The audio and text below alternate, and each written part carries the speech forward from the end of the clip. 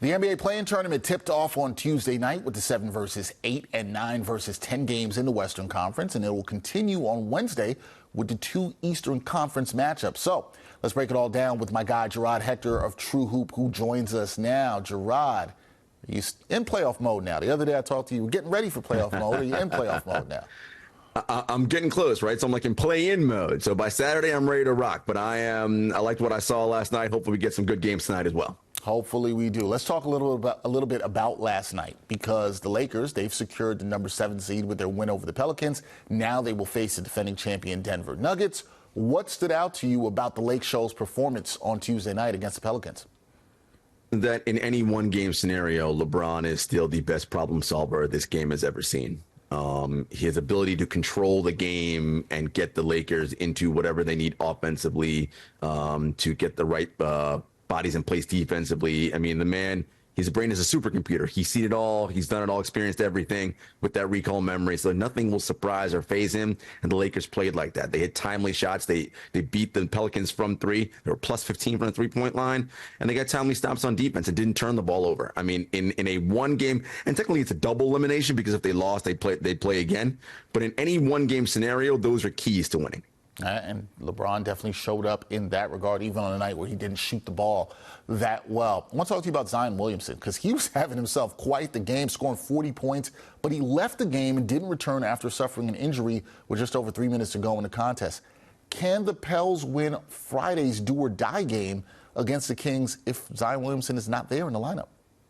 It's going to be tough. Look, Zion was giving the Lakers all kinds of problems, just getting to the rim at will. The Lakers did not do a good job. I said how well they played defensively. They didn't do a good enough job walling him off, and he's still athletic. He still got to the rim anyway and was able to finish at incredible angles.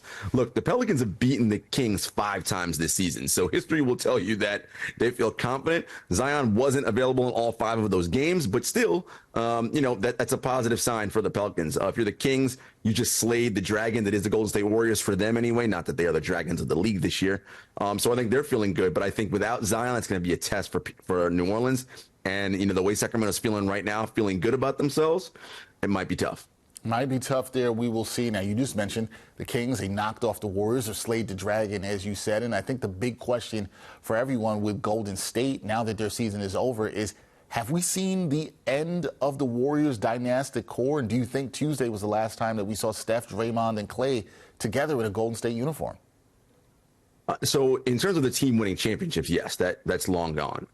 Will we see them again in the same uniform? I think so, Dexter. And it's because I think this team and the ownership and the group is still in love with themselves and the core, right? When you've had success, it is very easy to convince yourself we can have previous success. Why? Because we've done it before. We've proven it, right? They're only 2 years removed from their last NBA championship. And that may be a bit of fool's gold for them, right? Because really, Boston should have won that series and lost it. So it kind of gives you the idea of, like, if we're right, if we do this, if we're that, we'll just win and we'll be okay.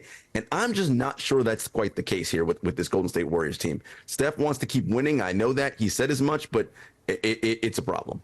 Yeah, it's a problem right now. We'll see what happens. Klay Thompson is going to be a free agent coming up. We'll see if they bring him back at a cheaper deal. I would think so, but we will see how that all plays out. Okay, so Friday night, we know that the Kings and the Pelicans are going to battle, and somebody is going to be saying 1, 2, 3 Cancun at the end of that game.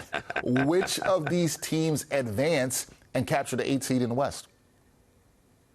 Ooh, it's a tough one. I don't know what the line is for that game quite yet. Again, we don't know Zion's health. If Zion's playing, I give the Pelicans the edge. If not, I'll give it to the Kings. All right, so if they're playing to give them the Kings, is there a reason you would like the Kings to still be able to do this from what you saw them against the Warriors on Tuesday? Yes, I like their defense. Actually, they played well defensively. They were excellent on the boards, although it'll be a little bit harder going up against Valanciunas in New Orleans. But I just like the way Sacramento's playing. And, look, a lot of people wrote them off, myself included, once Monk went down. They lost Herter for the season. I was like, this team just didn't quite seem to have what they had last year when they were a 3 seed or 2 seed. And so I kind of wrote them off and said, look, this team just wants to leave, right? They lost 5 of their last 7, I want to say, coming down the stretch. But last night showed me a lot. The Warriors punched back, got within 1, and the Kings went on another run again and pretty much blew them out. So that, and again, that confidence of we beat this team that, again, is not quite the same Warriors team, but has that mystique because of who they are, and slaying that dragon, I think, gives them a bit of confidence. Yeah, Friday night should be fun. I'm intrigued to see how that goes down. Well, hopefully Zion is there and available for that game. Let's shift our focus to the Eastern Conference, Jarod. We've got the 76ers and Heat. They're up next. What's the key matchup in this game that could potentially decide the outcome? Bam versus Joel Embiid, I guess. I think, look, Bam had a fantastic year defensively, and Joel Embiid, prior to his injury, was the clear runaway MVP favorite. I mean, he was just destroying the league. And honestly, Dexter, in the games that he's been back, he's been a monster. So, I mean, stopping him is a problem. My thing is Jimmy Butler and Tobias Harris. Everybody remembers that famous meme from a couple years ago when Jimmy's walking off the floor and said, "Y'all chose Tobias Harris over me?" And so it will be interesting to see the Jimmy Butler thing. Does he have all of a sudden playoff Jimmy? And if he's that guy and, you know, they can make Embiid work, it might be interesting, but I'm going to lean Sixers here. All right, leaning Sixers there in that matchup. We'll see how that one plays out as well. And in the East 9 versus 10 game, the Bulls, they've shown resilience this year despite being up and down. The Hawks, they've had themselves a roller coaster season, but now they have Trae Young back. Who has the edge in this elimination game?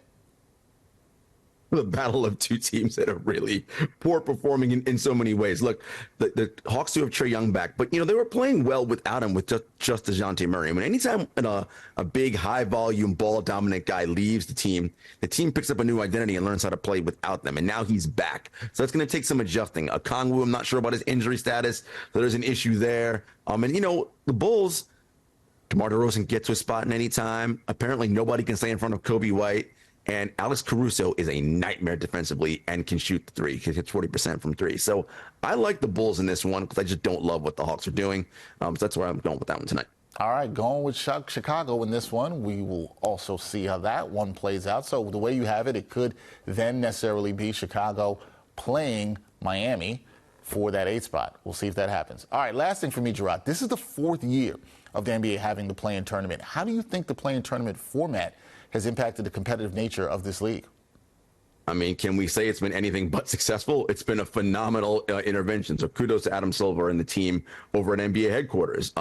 You know, again, by saying that the top 6 spots are guaranteed, it forces people who were on that bubble. And we saw it at the end of the regular season. The last day of the season, every single game mattered. Teams, as I mentioned to you earlier this week, exhibited suckerific behavior by trying to tank their way into certain seedings, and people wanted to win, wanted to lose, whatever it was to get the right favorable matchup. So I think from that standpoint, it works. And now if you're in that 7, 8, 9, 10 range, yeah, it's double elimination. And if you're in the 10th spot, you've got to win 2 games straight. It is phenomenal. It makes people care. I love it. I think it's been nothing but a success. Yeah, I absolutely agree. It's been fantastic. Hopefully we get a couple more good games on Wednesday night. Sixers versus the Heat, Bulls versus the Hawks in the Eastern Conference, and then there'll be 2 more games on Friday to determine the 8th seed in both conferences. That is Jarod Hector of TrueHoop. Check out his work there. Jarod, always good to talk some hoops with you. We'll do this again because the next time we talk, both of us are going to have to be in playoff mode. Yes, sir. There we go.